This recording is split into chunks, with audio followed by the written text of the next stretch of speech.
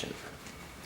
Hey, what's going on, Rick? Hey, Demetrio, how are you? Hey, pretty good. I've actually been out observing a few of my coworkers' sessions, and I noticed some people doing some things and some people doing things differently. So I just had some questions on Why that is. Yeah, as far as Things. reinforcers. Yeah.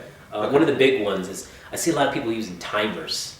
Okay. But then I see some people not using timers. So Uh-huh. I guess the question is, should I use a timer? Yeah. And Well, look, it depends. Answer, right?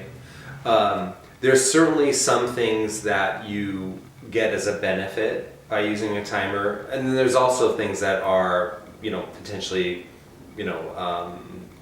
too structured by using a timer. And look, and the answer all revolves around structure. Okay. Now, for some kids, and certainly control kids, giving them the instruction, essentially stop playing and come sit down, it is in and of itself a control statement, right? So if you have a third neutral party, like a timer, okay. that's not a person, right?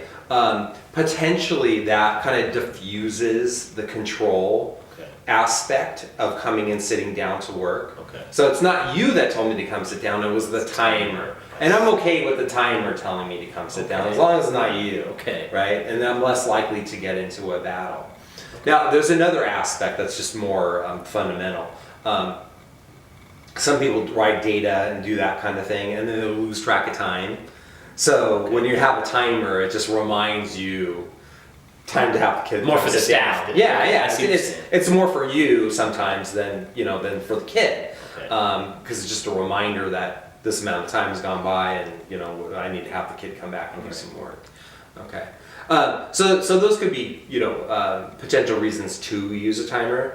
Now, probably the biggest reason why not to is because it's not very natural, right? A student should be able to come and sit down whenever you ask. Yes. Right? Whether it's 5 minutes from now or 20 seconds from now, that level of compliance needs to be there, where the student just stops what they're doing and comes on over. Okay. But some kids are just not ready for that in the beginning. You have to work towards that. Okay. So a lot of times when you're seeing people that are using timers, the mission is to get rid of the timer. Okay. Right, over Okay. time, That makes sense then. for whatever reason it is, Okay. with the student. So those are some considerations. Okay. you know. That makes a lot of sense. Yeah. Another thing I've been seeing is using self-stimulatory behavior as reinforcement. Mhm. Is that something we can do, or when should I do Yeah. something like that? Again, that's another consideration. Okay. Now, when you have kids that are heavily into self-stimulation, most likely their history has been very slim, if none, in experiencing actual kind of toy play and games, and experiencing play in a very natural way. Okay? Because generally they're so absorbed in their self-stimulation that they don't even really know what it's like to play. Okay? So it's going to be an uphill climb just to get them to learn how to engage with toys and games to the level that they're going to enjoy it as potential reinforcement. Okay? So it may be another situation where if we need to establish reinforcement, we need to get the therapy process going. Games and toy play are going to be a stretch, and it's going to take a while to get there in terms of its level of enjoyment and its potential for reinforcement. Yes. Okay, so in the meantime, we may use some aspects of what they engage in self-stimulatory behavior as reinforcement. Okay. Okay, so a perfect example of that could be things that spin. So sometimes you get kids that like to spin items, Yes. or they'll get like cars and things and watch the wheels kind of go along, or line things up, right? So what we can do is we can find materials that that really kind of make that sensation enhanced. Okay. Right? And then we just use that as reinforcement. It's like I got your favorite things to line up. but they're in a box over here, and you got to work for them. Okay. Right? Okay, that makes a lot of sense. So those are, some reasons why you may or may not do that. And again, just like with the timer, we've got to get away from that over time. Okay. So we're building up the toys over time, getting them more into that, and then those STEM toys or STEM play starts to fade to the I see. background. Okay, it's a starting point, but it's a not, starting it's not. point. Okay, Yeah. great. Okay, all right. Another question I have, and again, I've been seeing both of these. Should I use a token board, or should I just give the reinforcement immediately? Because I've seen both of those being done.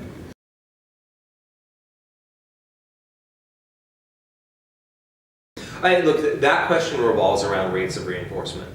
Okay. So, like when we talk about rates of reinforcement, we talk about schedules of reinforcement. It's a little it's a technical term, but all it means is how often is the student experiencing the reinforcement or earning the reinforcement. Some kids need to earn the reinforcement more often. Yes. Right? Some kids can work longer for the same amount of reinforcement. Okay? And again, it's a timing thing, right? So initially in therapy, kids need to earn, because they can work for very, maybe short amounts of time initially, right? It's like I can comply for 5 instructions, but you push me beyond that and we're having an issue, buddy, right? So we may be reinforcing more often initially, okay? Now, but over time, this is another thing where it's like we start here, but we want to get here, right? So over time, let's say we start with 3 trials, and let's say they're just compliance trials. Come sit down as one, put this thing, put these scissors in the scissor box is another instruction, and put the paper in the paper tray, right? Okay, 3 instructions, and then we reinforce.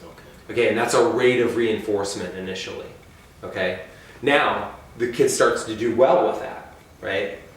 All we need to do is add another trial. Okay. Yeah. So 4. So now we do 4, right? If you want to be really systematic about it, that you would add more and more trials, over time. So it went from this amount of trials, reinforcer, now to this amount of trials, reinforcer. Okay, and we just stretch it out over time. And it sounds like the tokens will allow you to kind of stretch that. Well, yeah. That's the original question, right? Yeah. So immediate reinforcement is the most reinforcement you can provide per trial. So really, what that is 1 trial reinforcer, right? The token system is now a mechanism to stretch out the number of trials, right, per reinforcer. I think the thing that the token system adds, it's a visual tracker of the amount of work I have to do before I earn the reinforcer, right? And some kids like to kind of have a visual representation of how close they're getting to the reinforcer. Yes. So it creates less stress, anxiety. Because if you don't have that, the kid could be thinking, oh my gosh, like, Demetrio could do like 1 billion trials here before I get my reinforcer again. So that's a way to just be a little bit systematic about showing the student how much they have to do in order to earn that reinforcer. Okay, that makes a lot of sense. Okay, I actually have one more question on the token boards, because I've seen this done a couple times, and I actually heard we're not supposed to do it, but should I ever take away tokens? Yeah.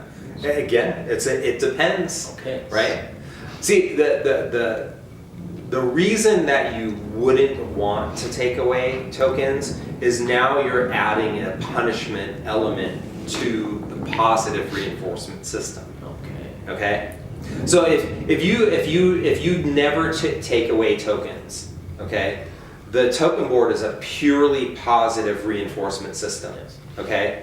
I mean, you may pause on the tokens that you're giving if the student's engaging in disruptive behavior, but once they stop, then the tokens start going again. So there's really nothing punitive associated with the token board, right?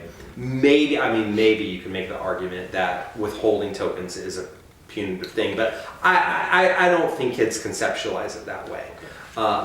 So when you now make the decision, once they earn tokens, now I'm going to start pulling tokens off, that's clearly a punishment procedure, right? It's what you had and what you earned. It's a fine, essentially. Okay. You know, I'm fining you by taking away what you've earned. Just like when you earn your money, Yes. right, and you get a fine, I'm taking away your money, right? And you don't get anything for it, right? Yeah. You don't get anything for it.